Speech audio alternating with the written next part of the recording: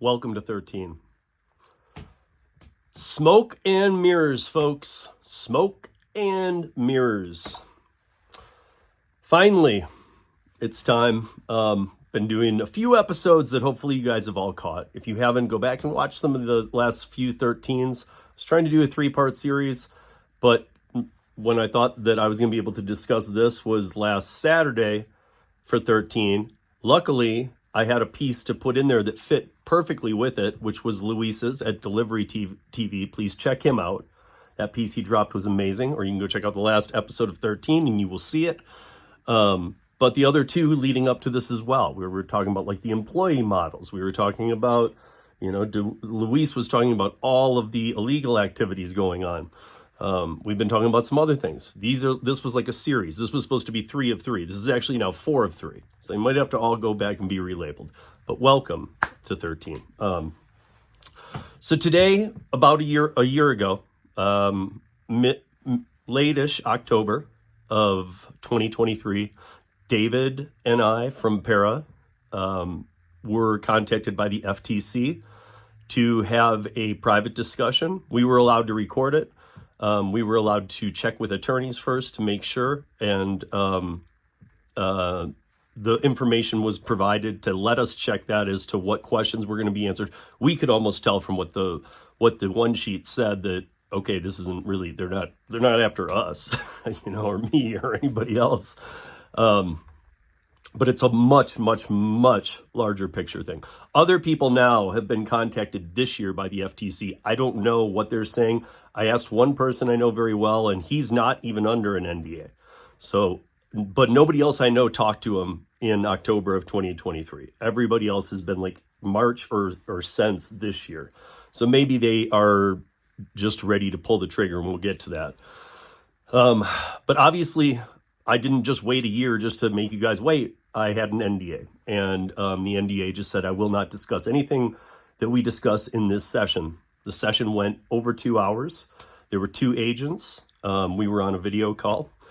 And the goal of today is really just to get the important topics out there, because over the next several weeks, I'm going to be doing some in-depth pieces on each thing that I'm going to try and mention here today. So today's more like a bullet point.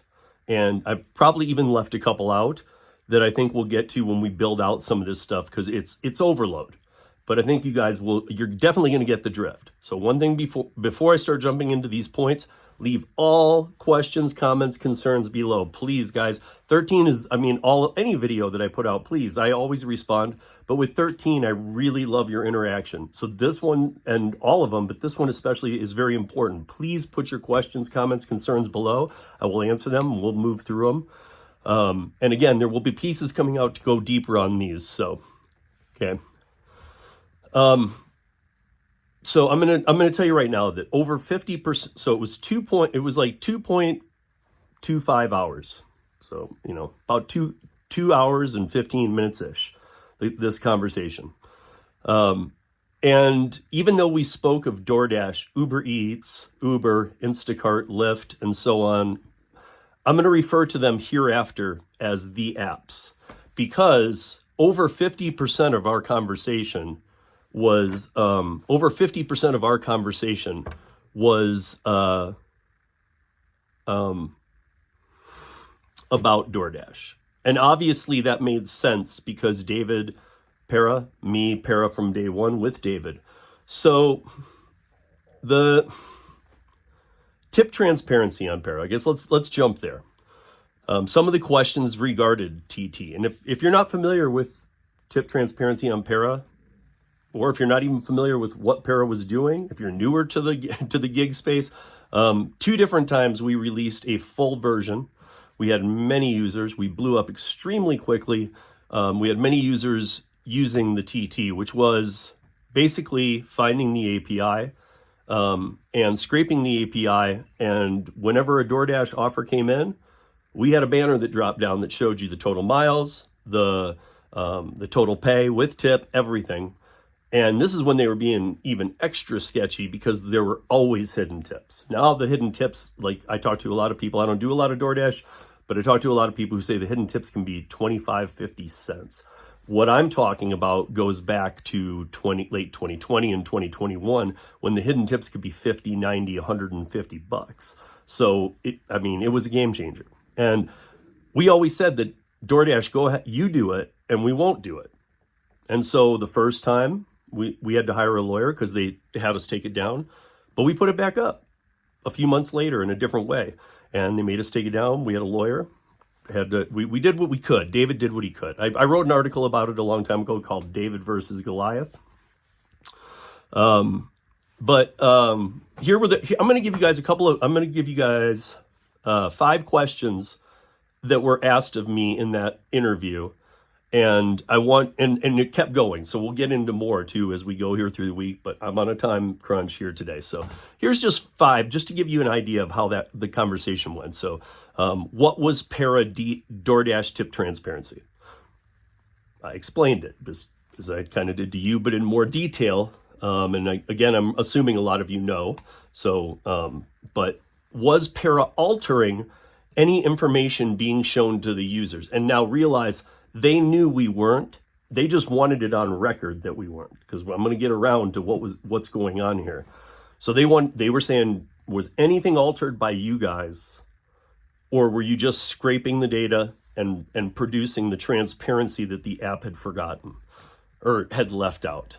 Or I can't remember the exact words, so don't quote me on that. And then why didn't DoorDash? So here's a question that they asked me. Why would I know the answer to this? But I think they just wanted me on record after talking about the other. Why didn't DoorDash just provide transparent details on the offers?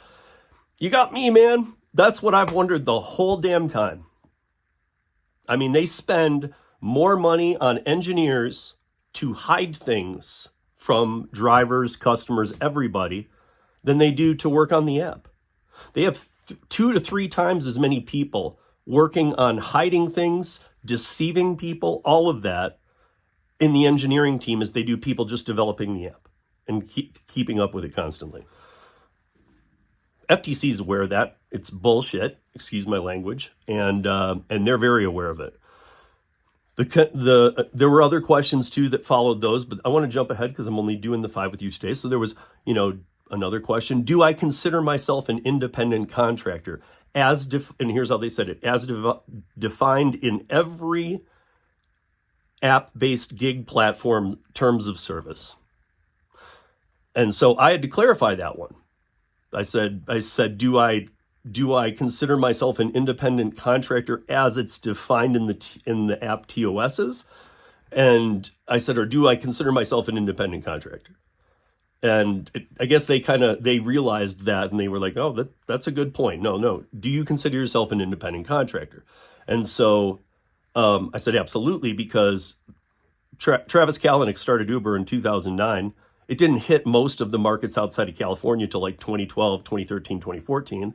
Then it was everywhere in the nation, or, in most states. And but even 2009, I had been working as a traditional independent contractor since 1996. So I said, of course I do, because Uber didn't get to my market till 2013, but I had been a traditional independent contractor doing staging, production, all that kind of stuff since 1997. So by the time I got to my market, 16 years of doing it how it's defined and how every law defines the 70 plus million independent contractors, self-employed freelancers in this country, which is about almost 40% of the workforce, you guys, just so you're aware. So the FTC recognized as well the pay models in California and Seattle as broken, because they allowed the apps to just kind of run free and kind of put, like, if they said through these, which they did, and again, I'm not mentioning the other ones because this was a year ago. The other ones weren't around yet, just those 2. But they were saying how, well, those just allow the companies to pass along the buck to the customer, hurt the business more, make it hard. And I was actually very impressed. That's why I'm saying this, because I was actually very impressed because I talked to a lot of lawmakers and stuff, and I feel like I've done a good job enlightening a lot of them. But I was very happy to be in a fluent conversation with people who recognized all the little intricacies that we talk about and that I, was worried that they don't know about.